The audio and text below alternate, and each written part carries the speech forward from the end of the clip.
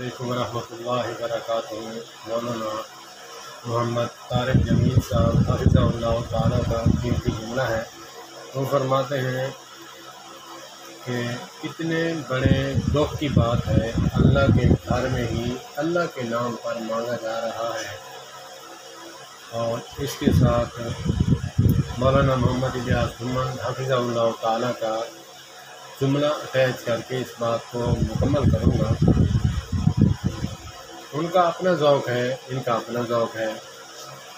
मौलाना मोहम्मद इलियास जुम्मन हफ़िज़हुल्लाह ताला ने फरमाया कि बेशक बात यही है कि बड़े अफसोस की बात है कि अल्लाह के घर में ही अल्लाह के नाम पर मांगा जा रहा है।